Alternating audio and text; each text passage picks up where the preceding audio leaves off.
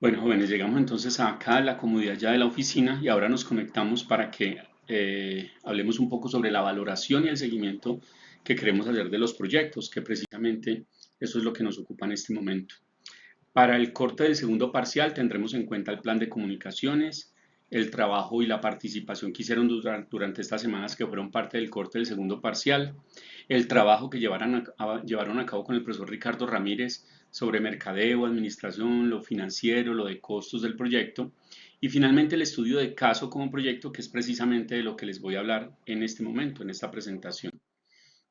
Los grupos que se conformaron para hacer las propuestas fueron estos: cuatro que se conformaron desde la clase y el grupo número 5 de Alonso y Juan Manuel, que, bueno, que no pudieron tener la presentación oportunamente, y cada grupo tuvo que designar un líder. Precisamente el grupo 5 no siguió los parámetros del estudio de caso y no designó un líder. Ellos en la presentación que me hicieron a mí de manera privada me dijeron que los dos eran líderes, pero esos no eran los parámetros de la clase. Y resaltar entonces que de los cuatro que eligieron líder, dos de ellos me contactaron. Uno, en mi opinión, resultó muy efectivo con preguntas puntuales, con preguntas propias del caso de estudio y seguramente en la formulación, en la presentación, en todo lo que hicieron, las respuestas pudieron haber resultado de utilidad. El otro líder que me contactó le faltó atino, me parece, le faltó precisión en la comunicación, claridad en lo que buscaba. Al final me dijo que si podíamos hacer una reunión para aclarar cosas que no entendían del proyecto, pero ya no era tiempo pues para hacer estas reuniones. Y era muy claro también que además las cosas que no se entregaban en el proyecto las podían asumir ustedes sin ninguna dificultad. Entonces, cuando uno es líder de proyecto, tiene que responder a esa elección de líder. Por eso ser líder no es una imposición, es algo voluntario.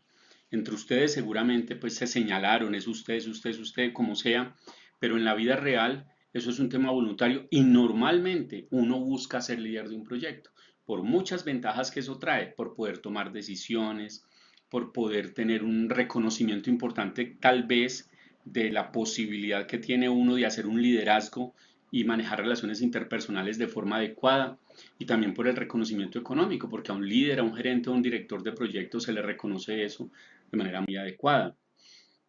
En un proyecto cobra mucha importancia el tema de los requerimientos.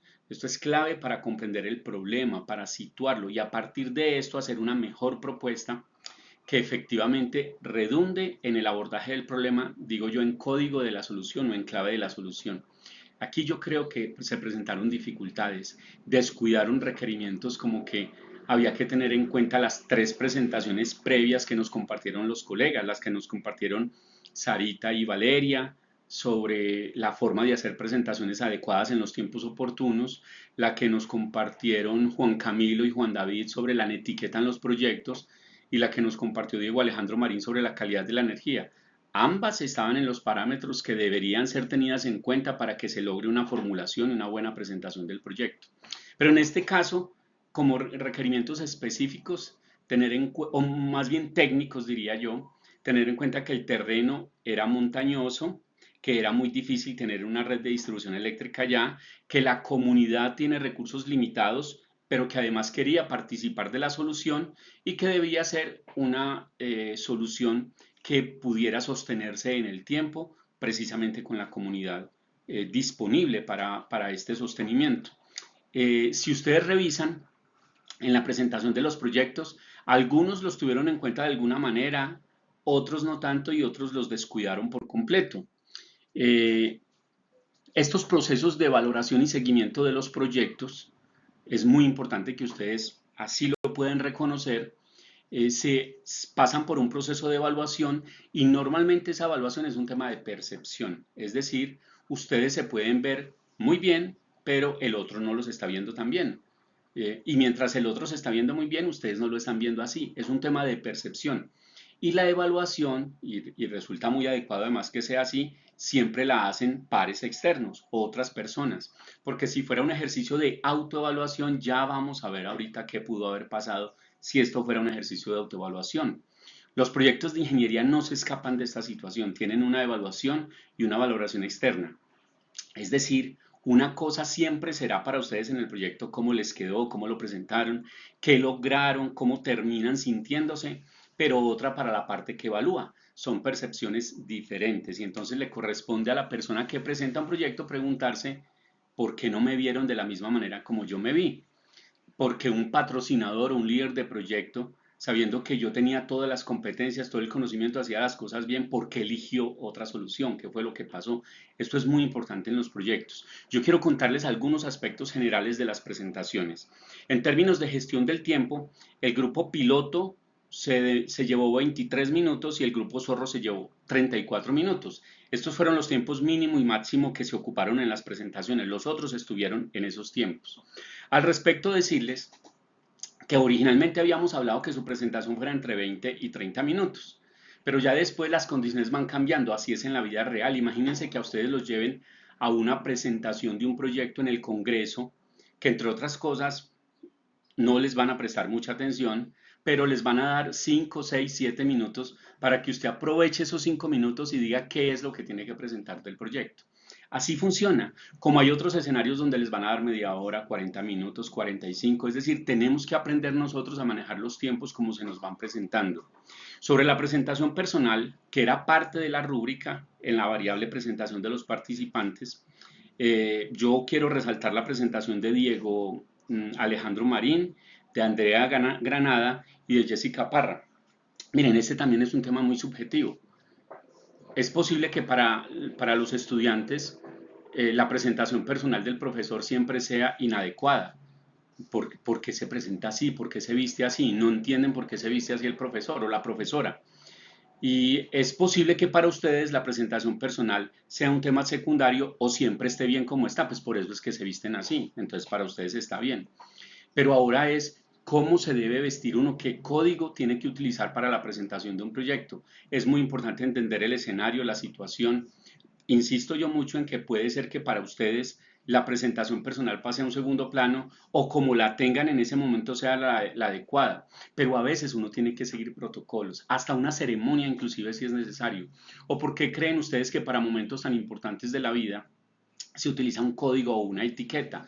Por ejemplo, para el grado de ustedes se va a utilizar una toga, para determinadas ceremonias se utiliza que se vaya de esta manera, para unas celebraciones especiales les entregan el código. En la presentación de proyectos eso es importante también, tengámoslo presente. Sobre la seguridad en la presentación, en este sentido me parece que es importante hacer una mención a lo que hizo Juan Camilo Valencia, lo que hizo también Diego Alejandro Marín, Santiago Henao, Jessica Parra y Sarita Castaño, que en mi opinión tuvieron mucha seguridad con la información que manejaron, con lo que plantearon, con lo que dijeron, tratando de sacar siempre en buen tono de voz y de manera muy adecuada a lo que estaba ocurriendo en el proyecto precisamente, sacar el proyecto adelante.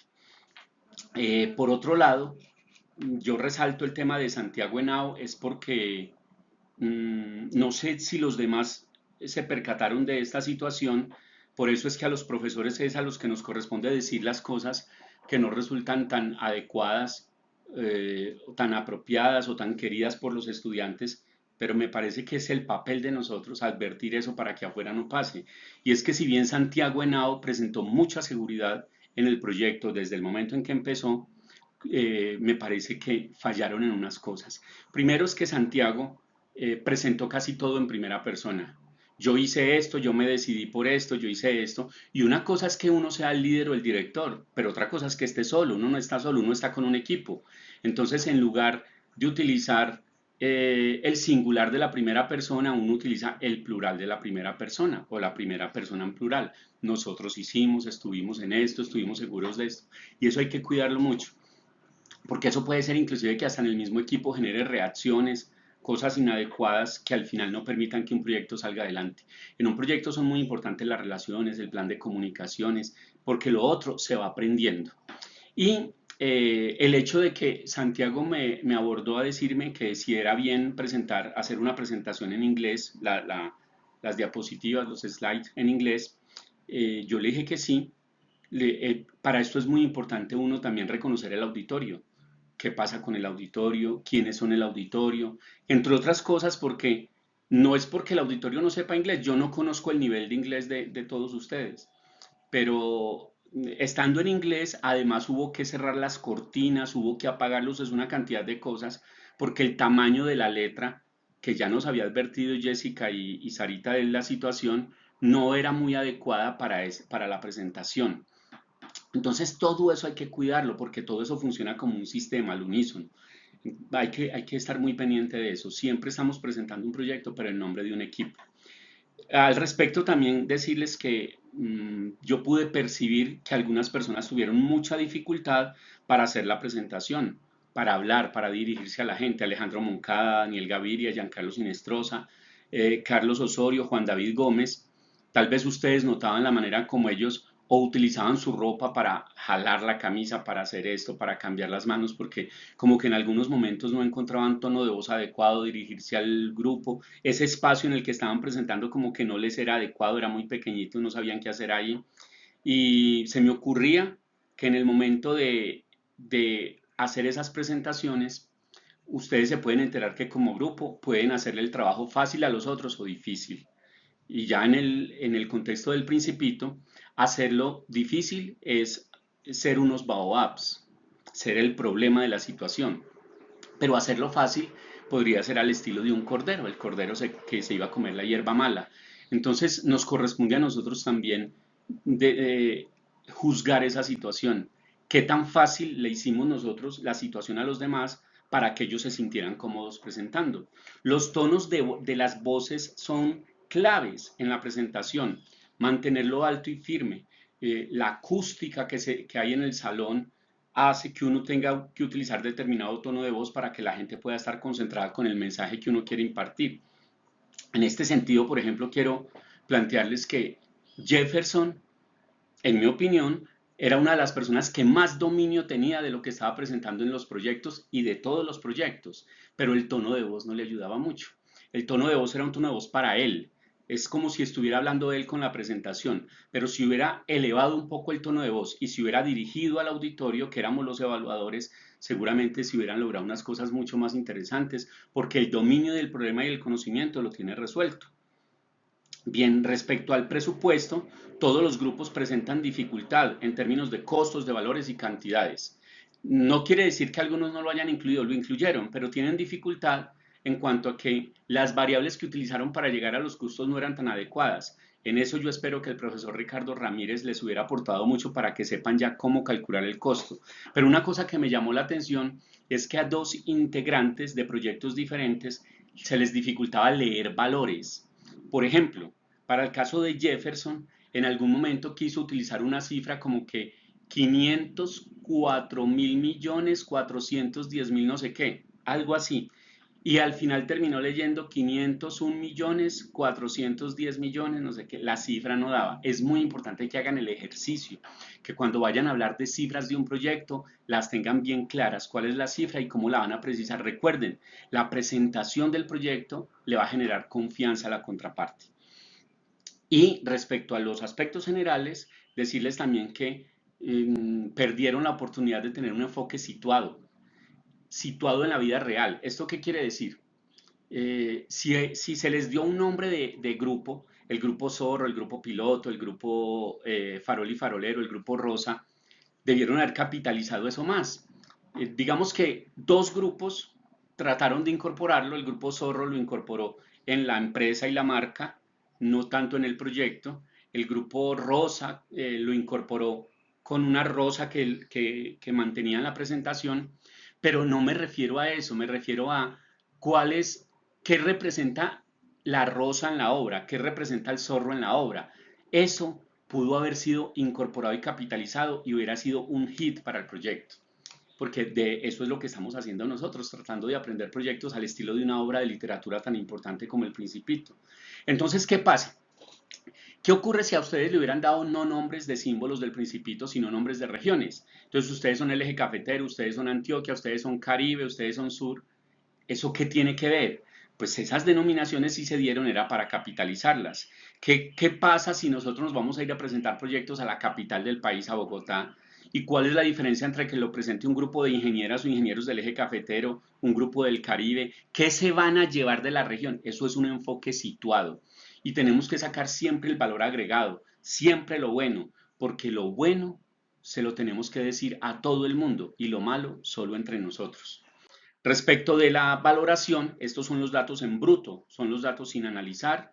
Se los muestro para resaltar que uno de los grupos se evaluó todo en la rúbrica superior. Yo les había dado instrucciones en el salón. Evalúen su proyecto al final y la rúbrica es no aplica. Pero un grupo se evaluó todo al final y se colocó superior. Es ahí donde les digo, ¿qué pasa si esto no lo hubiéramos evaluado, sino que hubiera sido fruto de la autoevaluación?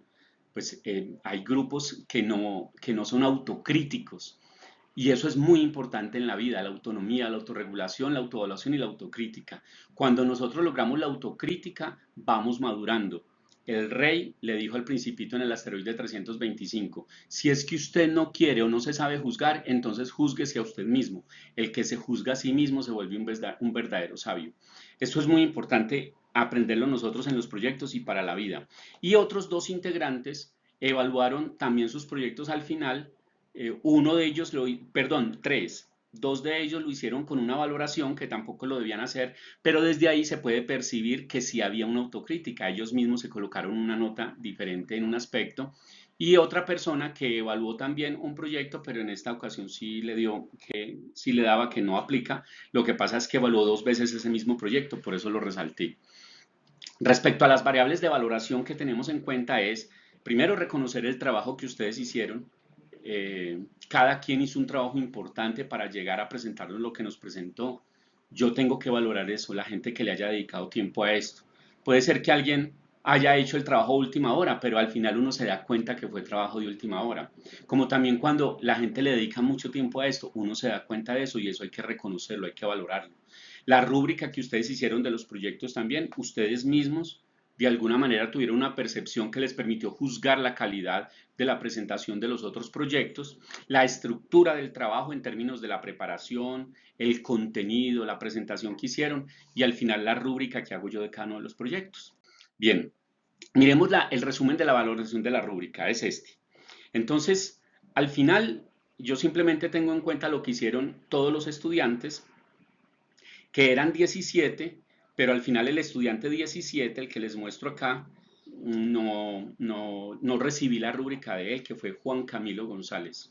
No llegó la rúbrica de Juan Camilo y estos dos estudiantes son Alonso y Juan Manuel, por eso presentan la valoración de todos los cuatro proyectos, porque el proyecto de ellos no estaba ya, y por eso la valoración de los otros grupos aparece aquí en ceros, porque no tuvimos esa oportunidad de tenerla.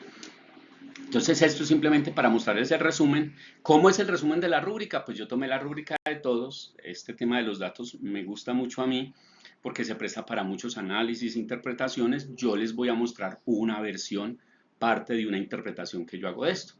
Entonces, lo primero es que podríamos empezar a ver cómo entre todos llegaron a valorar cada uno de los componentes o las variables de la rúbrica para cada proyecto. Miremos, por ejemplo, que en la justificación la mayoría llegaron a considerar que el grupo rosa fue el que mejor justificación tuvo del proyecto. En metodologías resaltan la manera como el grupo zorro lo hizo. En estructura, la manera como lo hizo el grupo rosa. Y miren ustedes estas situaciones que se presentan en la presentación del proyecto y en la presentación de los integrantes. Por el número al que podíamos llegar nosotros en la totalidad de la rúbrica, por el número, digo por el valor absoluto más bien, no por el valor de porcentaje, perdónenme, es absoluto y es relativo, no por el valor relativo, por el valor absoluto. La valoración más alta en presentación del proyecto y presentación de los integrantes la tiene el grupo Zorro, pero el grupo Piloto y el grupo Rosa tienen la misma situación con relación a la valoración del grupo Zorro, es decir, un punto menos hace que técnicamente en la evaluación del proyecto sea que tienen la misma valoración.